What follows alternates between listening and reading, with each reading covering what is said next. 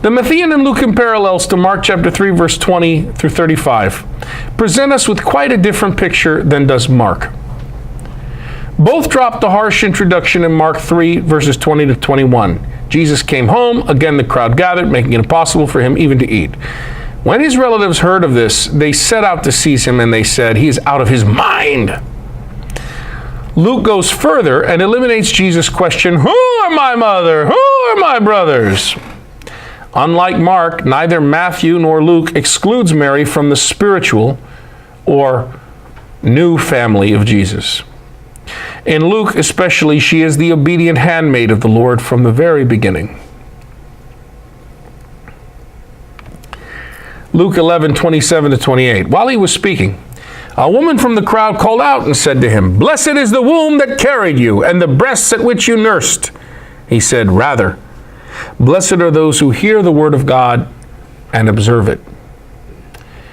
Here Jesus responds to a woman who declares his mother blessed by saying that those are blessed who hear the word of God and keep it.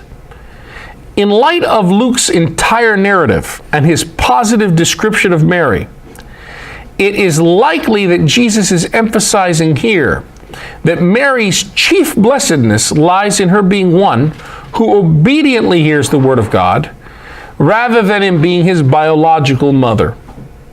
Consistently with this interpretation, Luke's version of the rejection of Jesus at Nazareth speaks only of a prophet's being unacceptable in the prophet's hometown, Luke chapter 4, verse 24.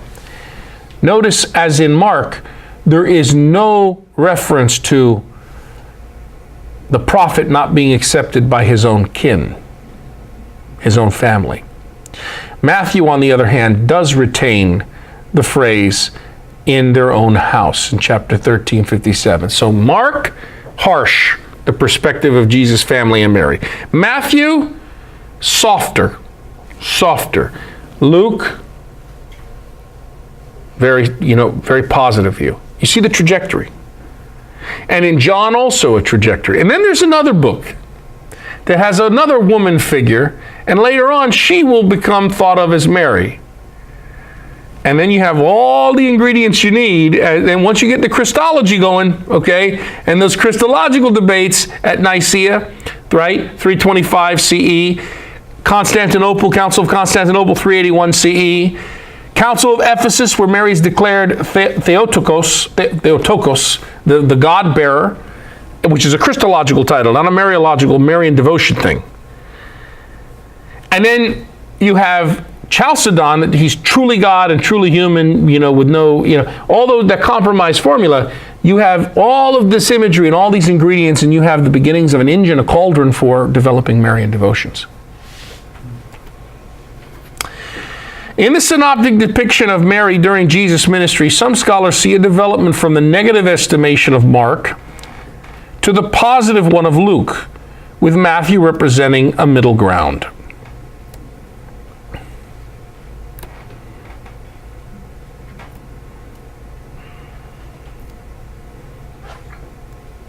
Trying to show you this on this chronological line. This is how Westerners think of time. We got John finally at 100, okay, final form. See that? As we go through time, things keep changing.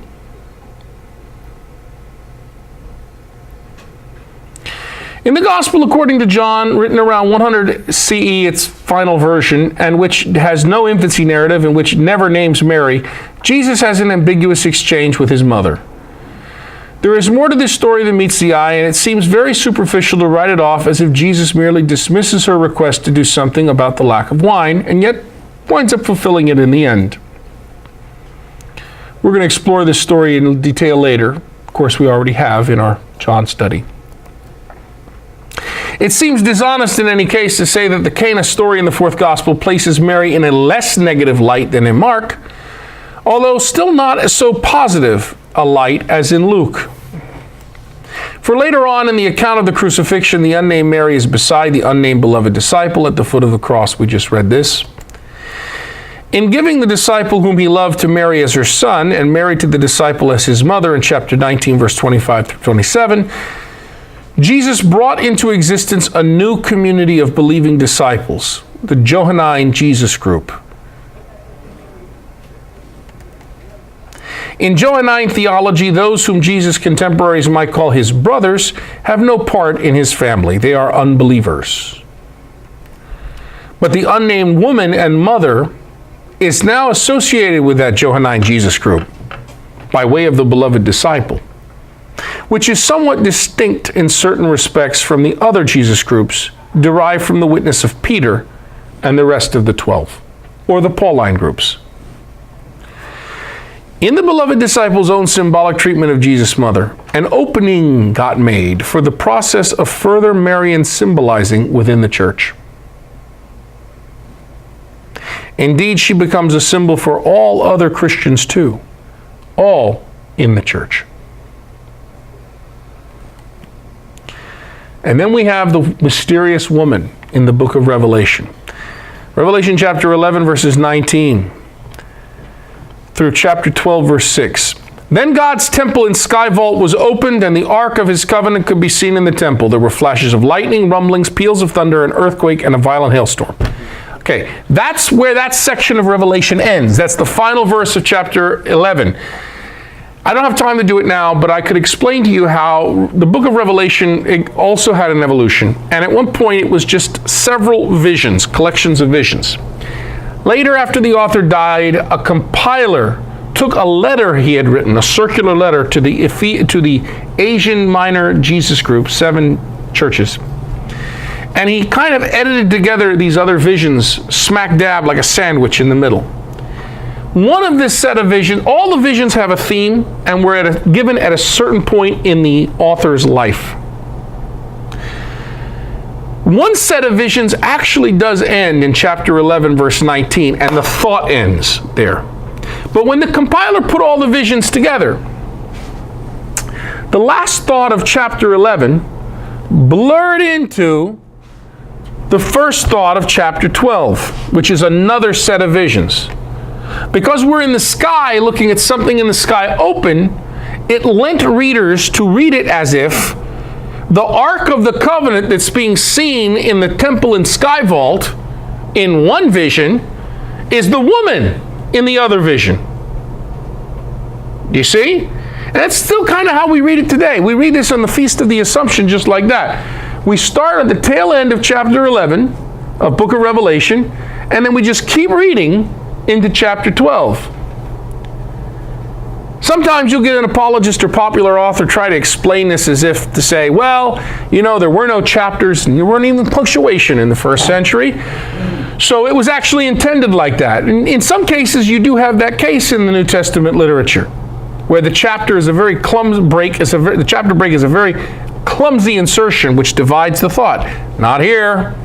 That's why I just explained that to you. So what we've done by making this reading is kind of conflate these two sets of visions. But okay. Let's continue with chapter 12, verse 1. A great sign appeared in the sky, a woman clothed with the sun, the moon under her feet, and on her head a crown of 12 stars. She was with child and wailed aloud in pain as she labored to give birth. Then another sign appeared in the sky vault. It was a huge red dragon with 7 heads and 10 horns, and on its heads were 7 diadems. Its tail swept away a third of the stars of the sky and hurled them down to the earth. Then the dragon stood before the woman about to give birth to devour her child when she gave birth. She gave birth to a son, a male child, destined to rule all the nations with an iron rod. Her child was caught up to God and to his throne that's on the other side of the sky vault.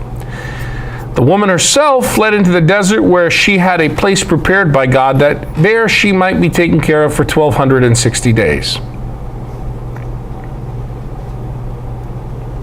The book of Revelation speaks of a woman clothed with the sun, with the moon under her feet, and on her head a crown of 12 stars, who gives birth to a son who is to rule all the nations. A huge dragon appears in hopes of devouring the child. When he fails at that, he pursues the woman. But he fails there too, and goes off to make war on the rest of her children, those who keep the commandments of God and hold the testimony of Jesus. Who is this woman? In the literal sense. Huh? She's a constellation. In the literal sense of what the author had in mind, she's a gigantic zodiacal constellation. That's why she's clothed with the sun and the moon is under her feet, because she sits on the ecliptic pathway. And there happens to be a dragon constellation. It's seen as Libra Scorpio in one tradition, but in another tradition seen as a seven-headed dragon in the Middle East. Most biblical scholars will flatly say that it is certainly not Mary, despite what many pious Catholic commentaries claim. Some say that she is the heavenly Jerusalem, Sophia, wisdom personified, or the people of God, which brings forth the Messiah, and the church, which relives the experience of Israel and brings forth children in the image of Christ. But who was the woman in the literal sense of Revelation? It's the constellation we call Virgo. Seen in ancient times as Dike, which is the goddess of justice, and in Hebrew that would be Zedek, righteousness. That's why she has children, Israelites who are righteous, just, the just. So the pregnant woman of Revelation is a gigantic non-human person in the sky. But couldn't she symbolically refer to Mary in a secondary way? What is certain is that the author's symbol of the pregnant woman, who is the mother of Aries, the cosmic lamb, lent itself to Marian interpretation once Marian interest began to develop in the later Christian communities, several hundred years hence. Once you put Revelation, it's already been recontextualized a couple times, into a 27-document library called the New Testament, suddenly you start, oh, well, here's Luke, and Luke says Mary's perfect disciple. Here's John, behold your son. And then you have this woman. They become the same. But that cooks over a long time. When the book of Revelation got canonized together with the Gospels of Luke and John, the various images of the Virgin, the woman at the cross, and the woman who gave birth to the Messiah would mutually reinforce one another.